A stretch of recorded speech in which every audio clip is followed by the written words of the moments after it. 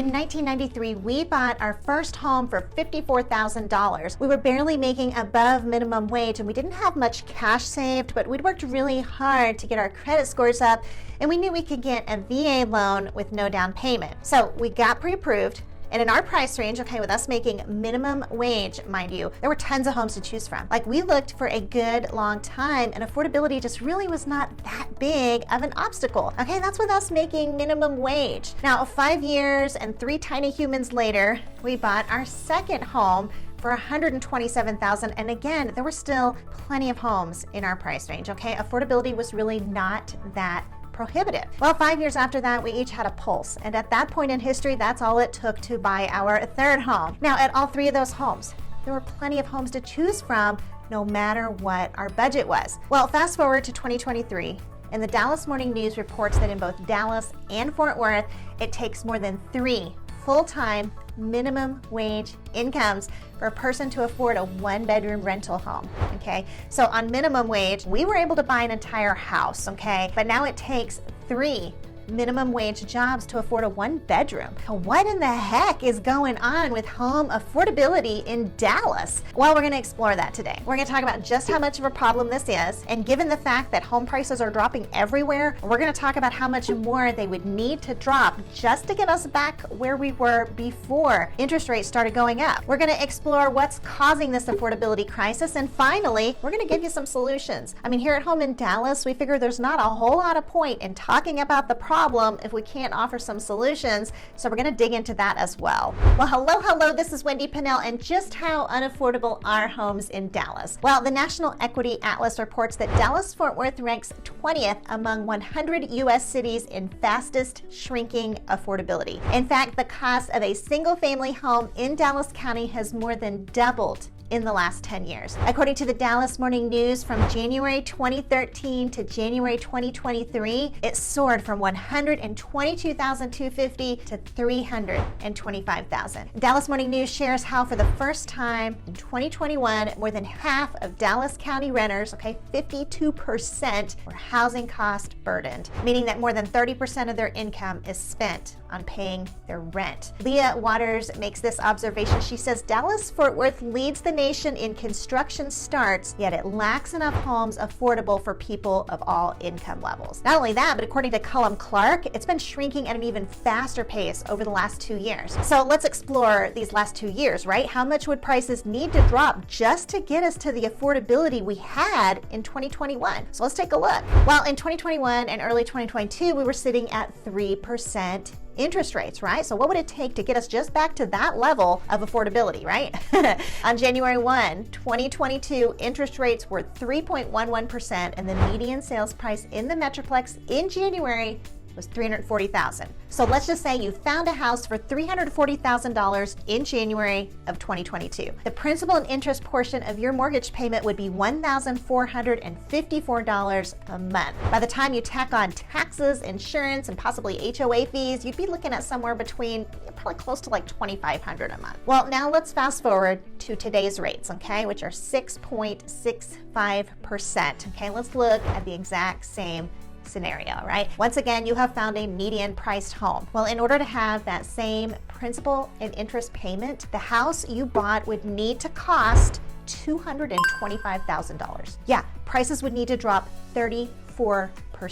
Okay, that's how much affordability we have lost from interest rates going up. Now, you want to know when the last time the median sales price in Dallas was $225,000? Well, January of 2017. Okay, we would literally need home prices to drop to where they were in 2017, 6 years ago, in order to get to the same affordability we had in January of 2022. So what is causing this affordability crisis? Well, according to the Dallas Morning News, several economic factors are shrinking affordability in North Texas, according to economic analysts who blame inventory scarcity, rapid population growth, and wages that haven't kept up with historically high inflation. Let's take a closer look at each one of those factors. Inventory scarcity of affordable homes. Okay, this is a big one. According to Up for Growth, despite leading the nation in construction starts, Texas has the second highest chronic undersupply of housing units in the nation, behind California. Dallas Morning News discusses how many North Texans faced with insurmountable home costs are instead fighting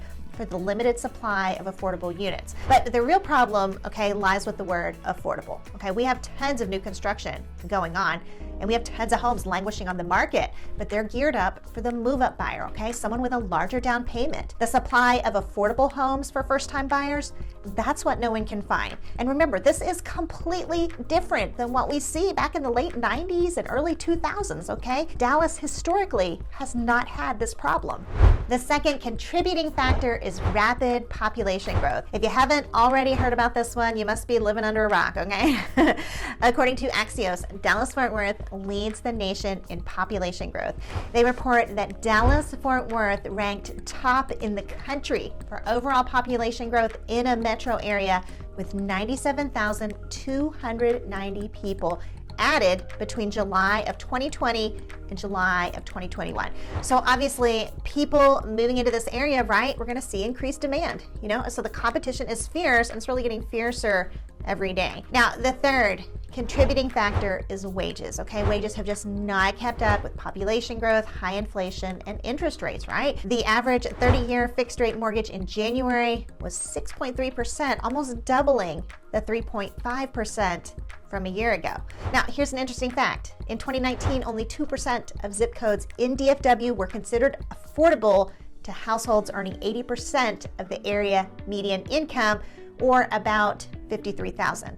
And it's only gotten worse in the last few years. Texas A&M released their Housing Affordability Outlook, and you're going to be blown away by these numbers, The ratio of median home price to median family income was 2.42 in 2011.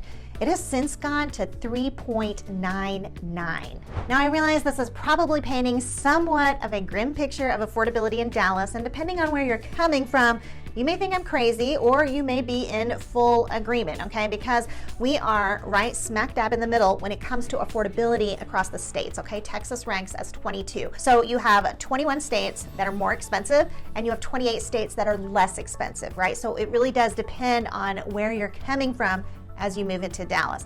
Nonetheless, I want to give you some solutions on how to overcome this whole affordability crisis, Because I'm not really seeing prices dropping all the way down, to 2017 numbers, But there are still plenty of ways you can succeed in this market. Your first solution is to know the programs that are available to you. The city of Dallas in particular is very aware of the affordability crisis, and they're looking for ways to help, The Dallas Morning News wrote this article. Here's how North Texans looking for affordable homes can find help. Now, one option they suggest is Habitat for Humanity, They provide home ownership counseling, education, and down payment assistance for low to moderate income families and individuals. Another option is the Texas Homebuyer Assistance Program, It helps residents with a minimum FICO credit score of at least 620, along with meeting debt to income ratio requirements, qualify for mortgage loans through the Texas Homebuyer Program. They report that several home buying programs provide extra funds for down payment assistance of up to 5%.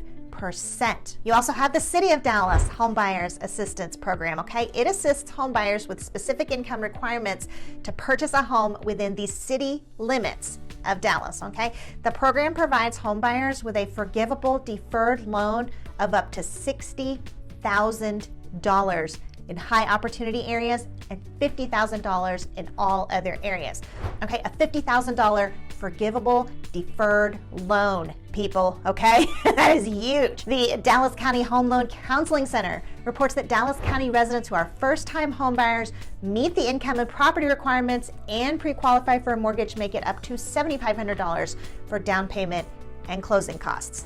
You might be thinking, Wendy, you've named income requirements several times now. Is this only for poverty-stricken people? Well, no. For most of these programs, you just have to be making 80% of the median income in Dallas, That averages out to somewhere about like $55,000 to $65,000 a year, Each program is different, but as you can tell, we're not talking about this really only just helping the deeply impoverished, Chances are you or someone would qualify for these programs. Plus this is only the tip of the iceberg when it comes to down payment assistance, There are probably 100 programs out there that will provide down payment assistance, okay? The trouble is finding them. And this is why it's so important to use Home in Dallas and our preferred lender, right? Because we have the experience and the knowledge you need. Now, if you're asking right about now, hey, this sounds great, how can I get started? Well, you can start by checking out our Let's Find Home questionnaire. Okay, we've also included numerous guides in the description section of this video, also all about down payment assistance that you can take a look at as well. Your second solution is to know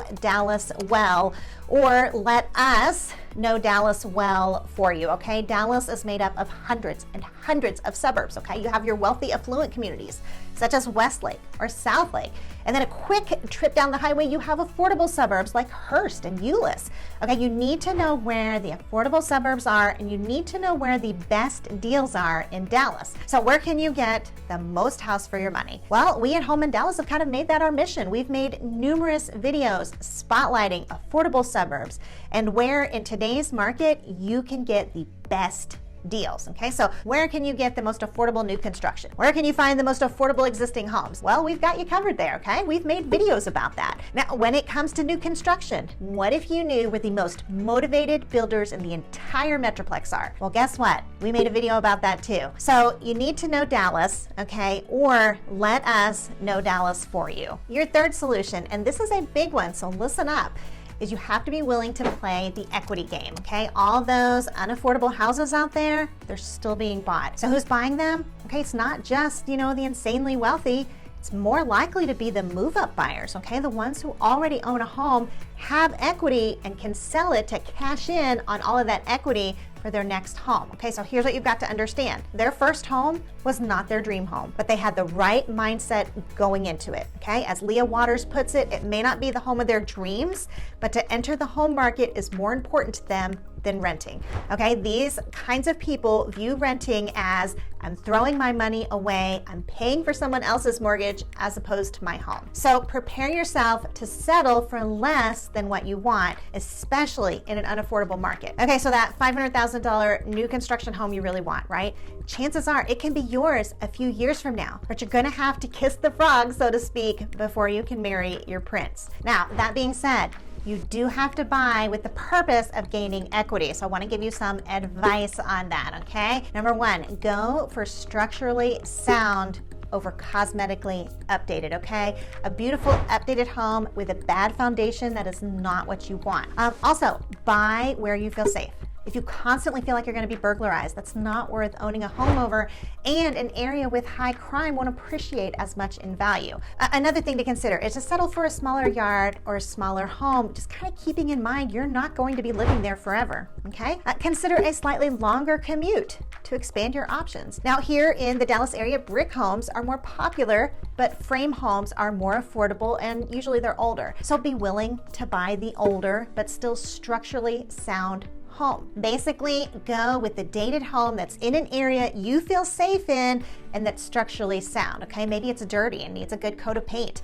Maybe the flooring is old and the countertops are avocado green. But above all, you need to look at this as a stepping stone, okay? This is not your ideal home, and that's okay, because one day it's going to buy you your ideal home. Okay, so by now, have I convinced you that even in Dallas, regardless of your circumstance, homeownership is well within reach? I mean, it may mean settling for less than ideal, but if I have you at Diamond in the Rough, you're definitely gonna wanna check out this video next, where I tell you step by step how you can get a fantastic deal buying a foreclosure. Oh, and spoiler alert, it is like way easier than you might think. In the meantime, Wendy out.